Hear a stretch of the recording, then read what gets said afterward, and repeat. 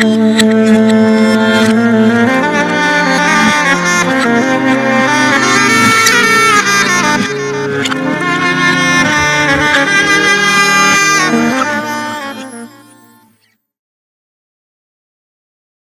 4 years I was in high school, I heard a lot of, it isn't what I want for you. You gotta be a man, you gotta be strong. And growing up as a black kid that's also queer, it's like, this is not okay in your family's eyes.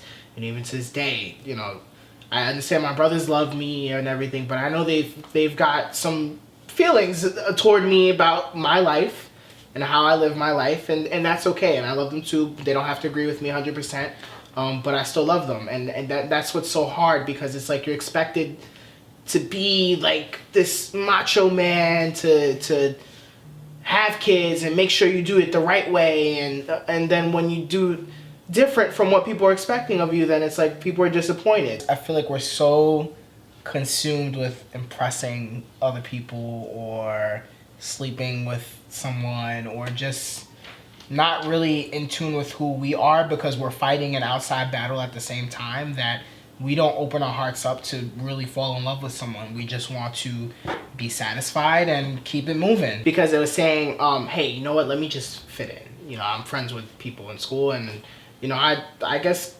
females are cute. Like, it's a human attraction thing. Like, what other human does not want to have sex? Who doesn't mind, So that's how I felt at the time.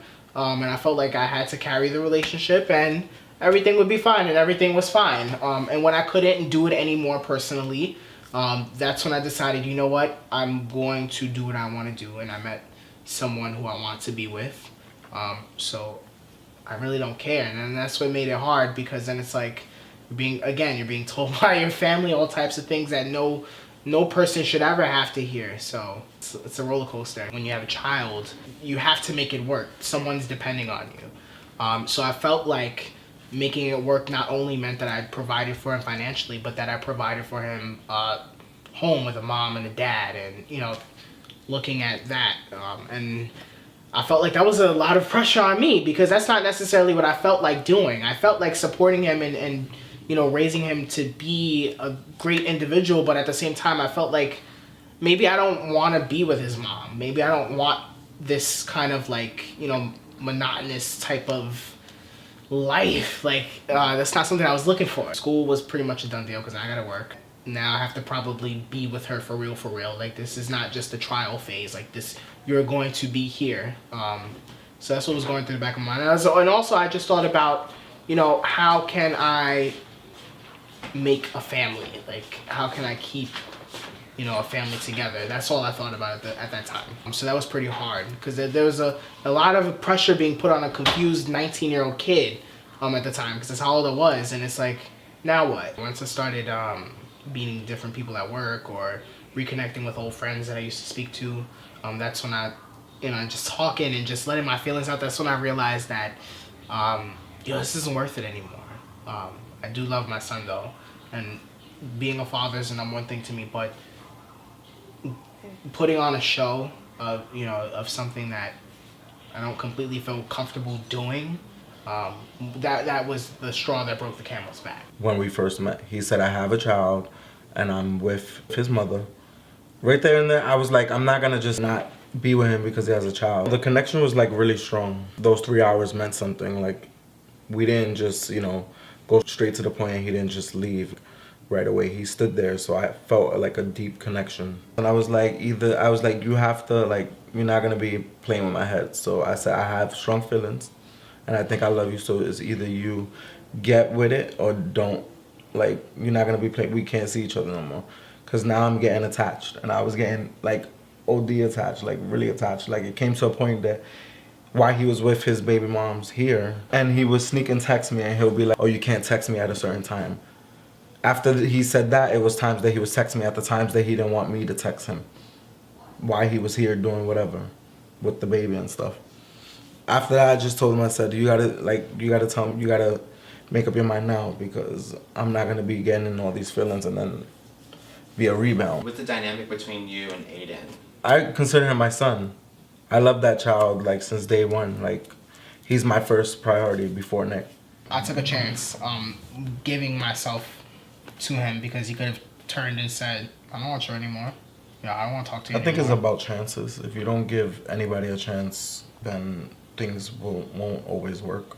I feel like he gave me that chance, and I gave myself a chance to show who I really was to him, and he accepted that. And another thing was, again, you know, I'm only getting older. Like, there are things that I want to accomplish, there are things that I want to do, and this person wanted most of the same things that I wanted, so he gave us a chance to grow into something, not to just be something in the moment.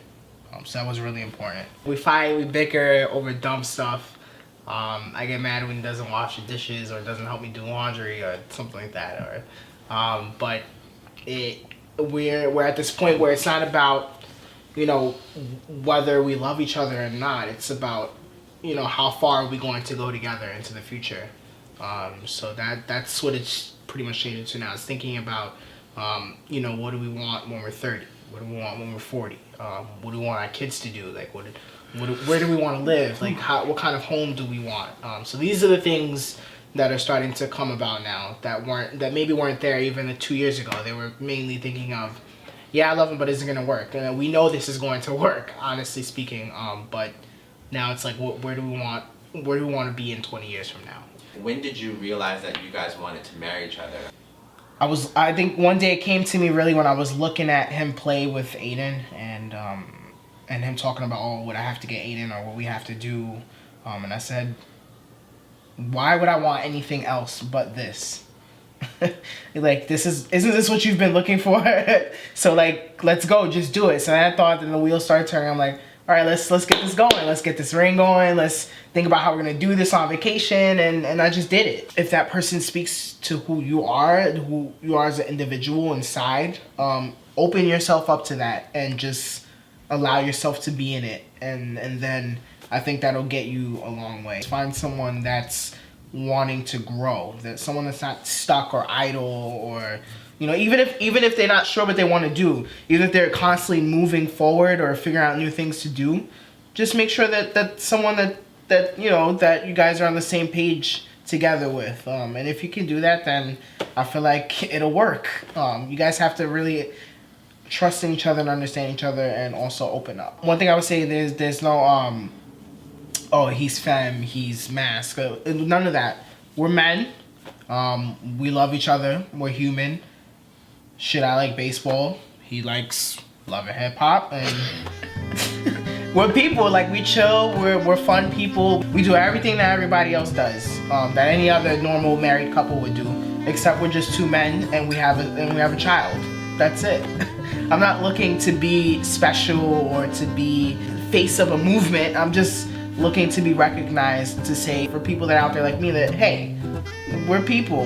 You know, there are people out there just like you, that you know, love each other and have faith in each other, and, you know, we're no different than the next Joe Schmo down the block. We just happen to be two men and people of color, and we love each other and we have a kid. That's all. Be a part of the Aman experience by subscribing to my YouTube channel, and don't forget to follow me on Instagram, Tumblr, and Facebook at Adomako for more content.